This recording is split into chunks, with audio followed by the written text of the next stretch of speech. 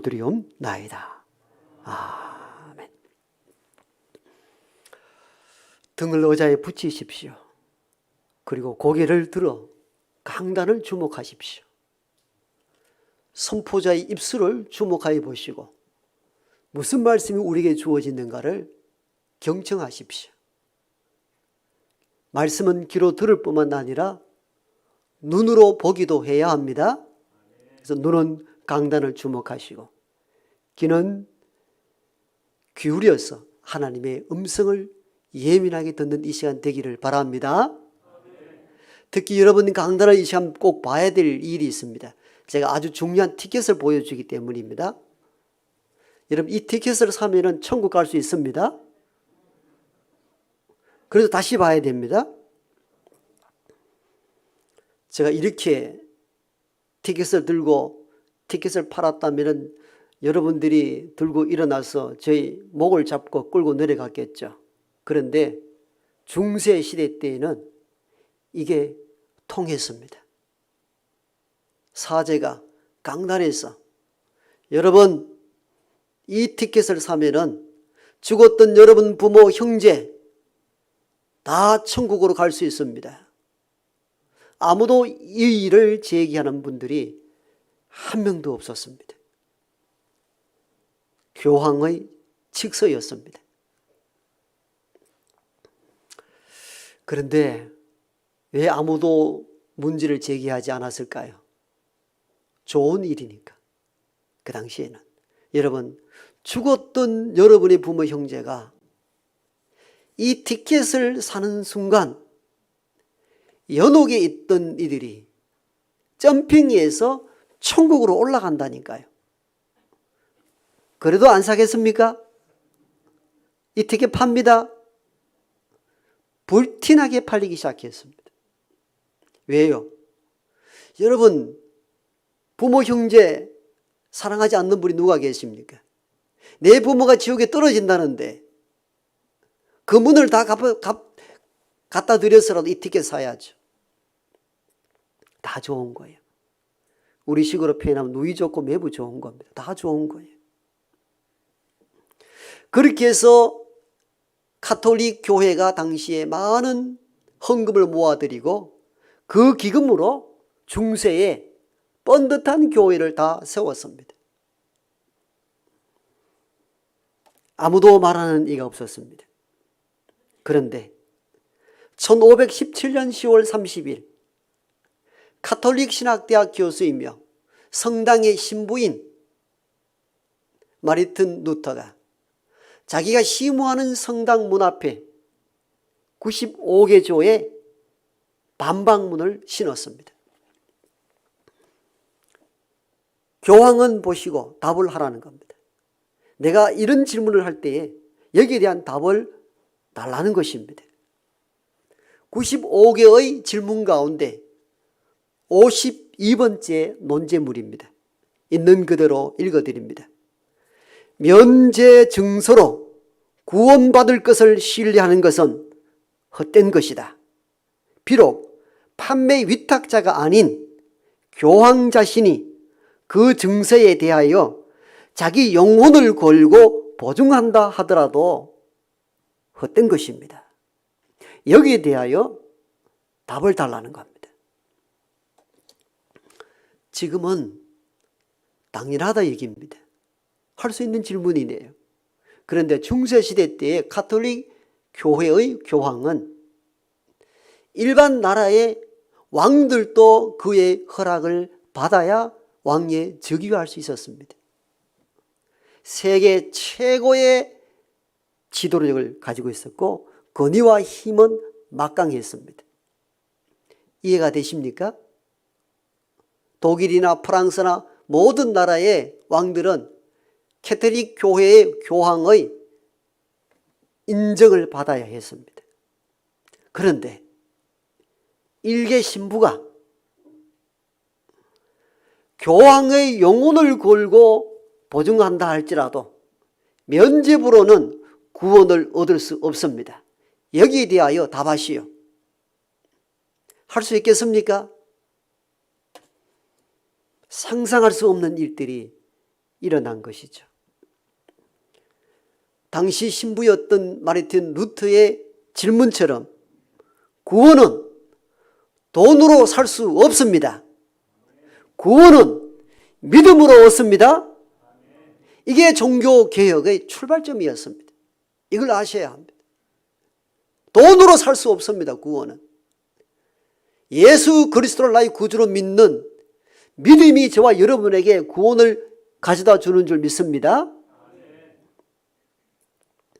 이렇게 해서 오늘의 개혁교회, 보편적으로 말하는 개신교회가 시작이 되었습니다. 그게 1517년이었고 올해가 종교개혁이 일어난 지 504주년 뜻있는 해이기도 합니다. 그러므로 종교개혁 기념주의를 맞이하면서 개신교, 개혁교회에 자부심을 가져야 합니다. 그리고 기뻐해야 합니다. 그 중세에 어마어마한 교황의 권력 앞에 홀로 담대히 맞서 성세의 진리를 외쳤던 마르틴 루터가 있기에 오늘의 이 개신교회가 있는 줄로 압니다. 그래서 자부심을 가져야 되는 거예요. 그래서 루터는 오직 믿음, 왜 오직 믿음입니까? 돈으로 티켓을 사서 구원을 얻을 수 있는 게 아니고 믿음으로 구원을 받기 때문에 오직 믿음이라 말한 겁니다. 이 믿음은 하나님이 은혜로 주어졌기 때문에 오직 은혜라 말한 것이며 이 은혜는 성경이 기록되었기 때문에 오직 성경이라 외친 것입니다. 그래서 종교개혁의 3대 모토는 오직 은혜요, 오직 믿음이요, 오직 성경이라 말씀했던 이유가 바로 거기에 근거합니다.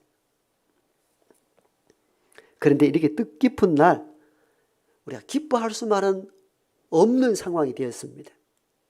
여러분 짐작하듯이 최근에 목회 데이터 연구소에서 설문조사를 했는데 한국 개신교회의 신뢰도가 얼마나 되는가 조사를 했더니 21%입니다. 10명 중 2명만 교회를 신뢰하고 8명이 신뢰하지 않는다 답했습니다. 종교별 신뢰도는 카톨릭 교회가 1위 30%, 불교가 26% 2위, 우리 개신교가 18% 꼴찌입니다. 1517년 루터에 의해서 시작된 참신한 개혁교회가 개혁의 대상이 되고 말았다는 겁니다. 목사라서 부끄럽고 얼굴이 뜨끈하여 여러분 앞에 설 수 있는 마음이 아닙니다. 이제는 전도하면은 살살맞게 구합니다. 속으로 너나 잘해라는 비난과 조롱이 되돌아옵니다. 종교개혁 기념주의를 통하여 한국의 교회들이 성경적 교회로 회복되어야 합니다. 성경적 교회로 서럽게 되어야 합니다. 성경적 교회로 서럽게 되려면 어떻게 해야 합니까? 한 사람만이 아니요, 다 함께 서러움에 동참해야 합니다. 우리가 보편적으로 교회가 어렵고 혼란 가운데 있을 때 우리가 초대교회로 돌아가자 합니다. 초대교회의 원령이 오늘 우리가 본문에 읽었던 사도행전 2장에 나타난 교회를 두고 말합니다. 이 초대교회의 원령의 모습들이 가장 바람직하다는 것이 있죠. 어떤 내용이 숨겨져 있습니까? 42절을 보니까 서로 교제하며 떡을 떼고 기도에 전혀 힘썼다. 여러분, 당시 초대교회는 어떤 모습을 가지고 있었는가? 서로 교제하고 서로 떡을 떼고 기도에 전혀 힘썼습니다. 우리는 각 파대로 놀잖아요. 끼리끼리 모이잖아요. 초대교회는 그게 아니어서 서로 함께 했다는 거예요. 함께 교제하고 함께 떡을 떼고 함께 기도에 전혀 힘썼습니다. 개혁교회인 우리 교회가 서로 함께 떡을 떼고 교제하며 기도에 힘쓰는 우리 교회가 되기를 축복합니다. 교회는 이런 원령을 회복해야 합니다. 또한 초대교회는 물건을 서로 통용했습니다. 자기가 가지고 있는 재산을 내어놓고 가난한 자들의 필요에 따라 가져갔습니다. 유무상통의 일이 초대교회에 일어났습니다.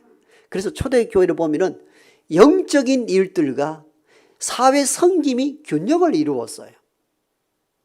어떤 진보 측 교단들에서는 사회 참여에 너무 지나치게 할 뿐 모임 영적 일에 등한시하는 교회가 있는 반면에 어떤 교회는 교회가 뭐 사회봉사기관이냐, 영적 일에 몰입해야 된다라고만 가르칩니다. 그런데 성경의 초대교회 원형을 보면은 이 두 가지가 분리되지 않았어요. 즉 기도에 힘쓰고 말씀을 제자들을 통해서 말씀을 배우고 서로 떡을 떼고 기도하는 영적인 일들과 구제하는 일들이 즉 사회 섬김이 균형을 이루었어요. 이것이 초대교회의 원형이고 교회가 새롭게 되려면 영적인 일과 사회 섬김이 함께 굴러가야 온전한 교회가 되는 줄 믿습니다. 우리 교회도 이렇게 건강한 교회가 되어야 됩니다.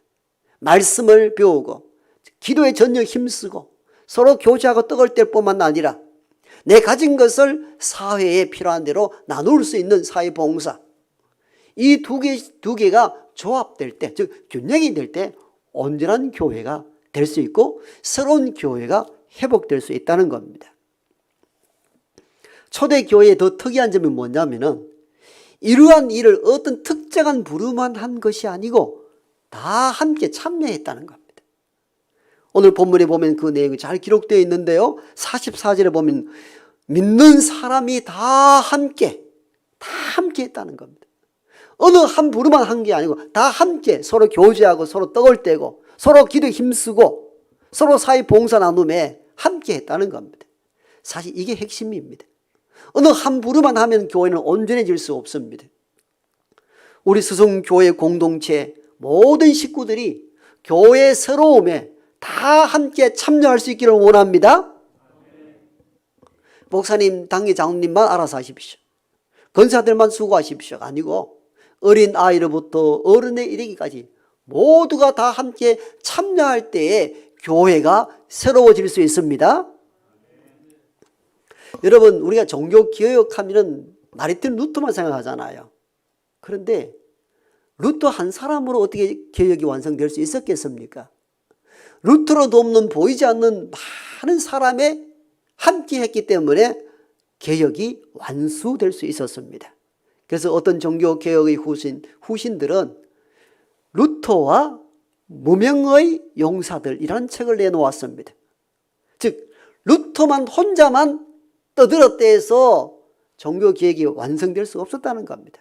수없이 많은 사람들이 다 함께 동참했기 때문에 그 중세의 가톨릭 교회의 건세에 대항하여 이길 수 있었다는 겁니다.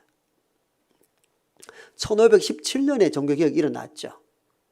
95개조 논지를 붙였습니다. 이게 맞느냐? 면죄부 파는 것이 맞느냐? 면죄부 증서에 교황이 자기 영혼을 걸고 판매한다 할지라도 그것은 헛된 것입니다. 이게 말하라고. 그랬더니 교황청에서 야단이 났습니다. 심각한 도전이 일어난 거죠. 아무도 항거하는 일이 없었는데 모두가 순종했는데 젊은 사제 루터가 들고 일어났으니까 심각한 문제가 일어난 겁니다. 그 몇 년 이후 1521년 독일 보름스에서 종교 재판이 열렸습니다. 여기에 루터가 소환 명령증을 받았습니다.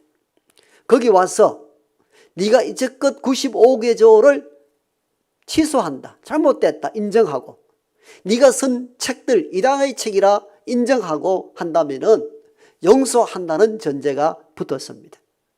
루터가 1521년 보름스 종교 재판에 해부되고 그는 자기 발로 그 재판에 임하였고 나는 95개조가 성경적인 지문인 것으로 알고 내가 쓴 책들은 이단의 책이 아니라 성경에 준할 정도로 온전한 것이고 바른 것이다 고백을 합니다.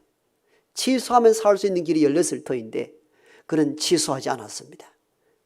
모든 변호를 마치고 마지막으로 마르틴 루터는 이렇게 최종 변론을 마칩니다.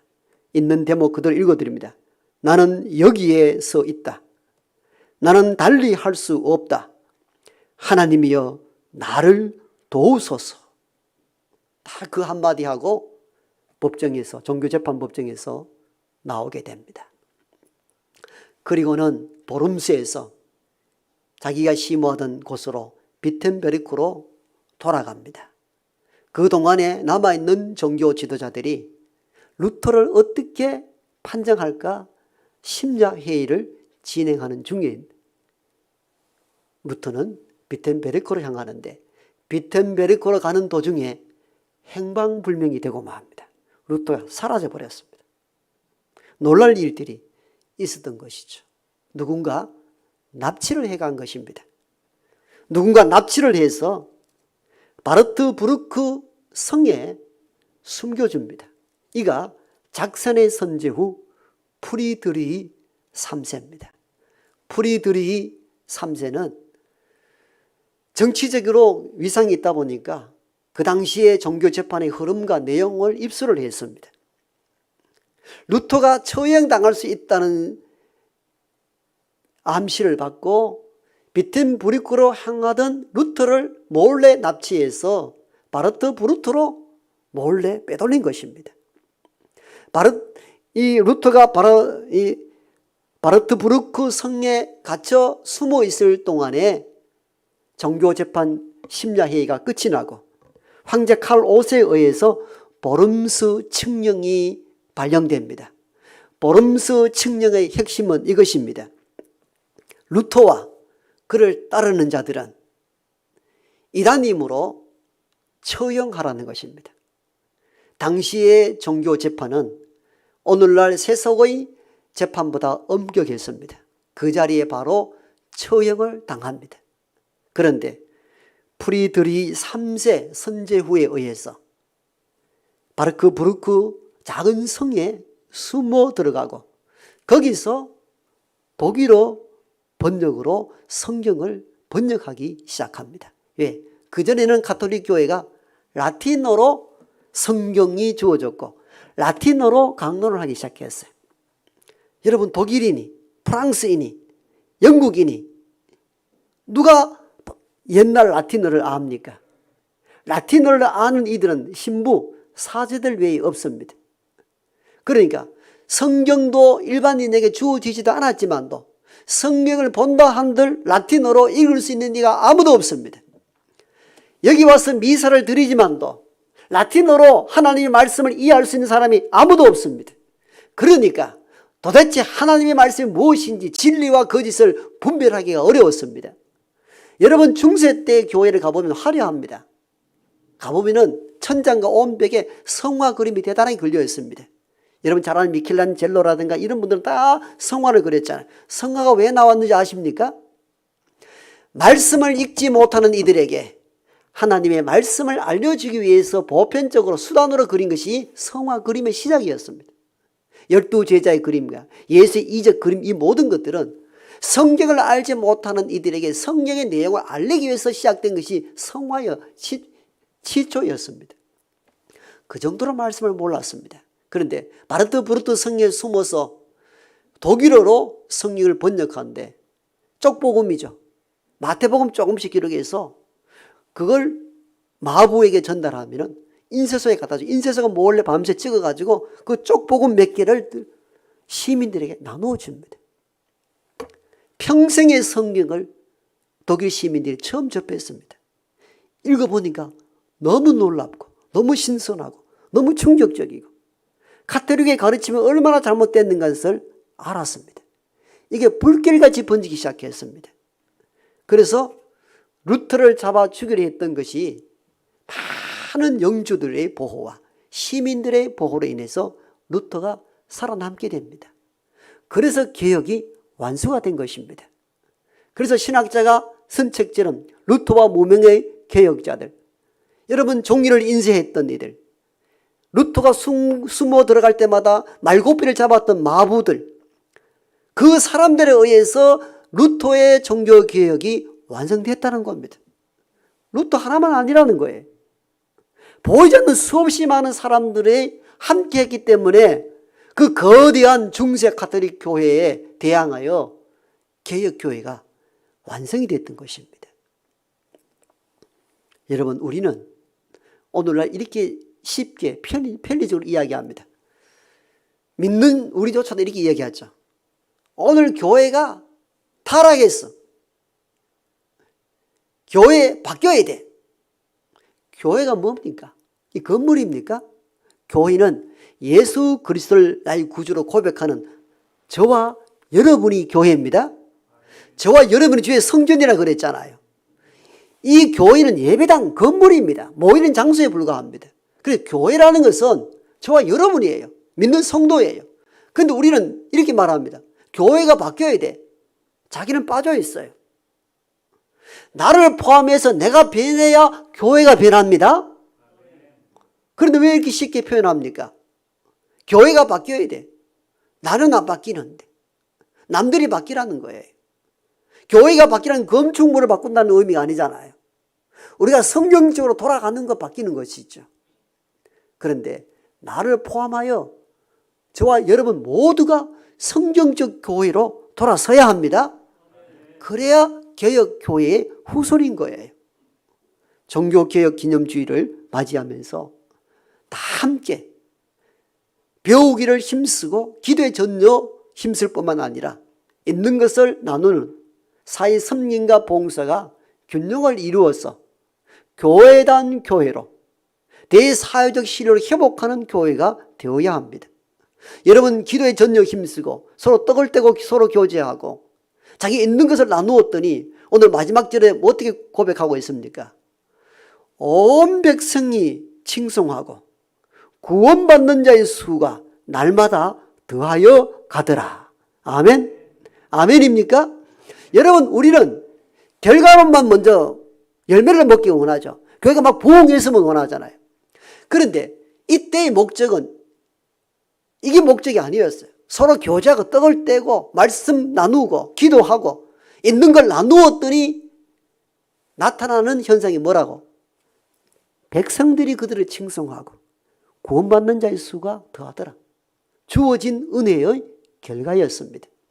우리는 아무것도 하지 않은 채 결과만 바라고 있잖아요. 교회 성장만 바라고 있잖아요. 여러분 우리가 말씀대로 살지 않는데 어떻게 교회 성장합니까? 불가능한 일들입니다. 전도 운동한다 해서 성장되는 게 아니에요. 교회가 본래의 모습을 회복할 때에 세상이 우리를 칭송하게 될 것이고 칭송하면 자연스럽게 교회가 부흥할 줄로 믿습니다. 이 거룩한 사역에 다 함께 동참하는 우리 모두가 되기를 소망합니다.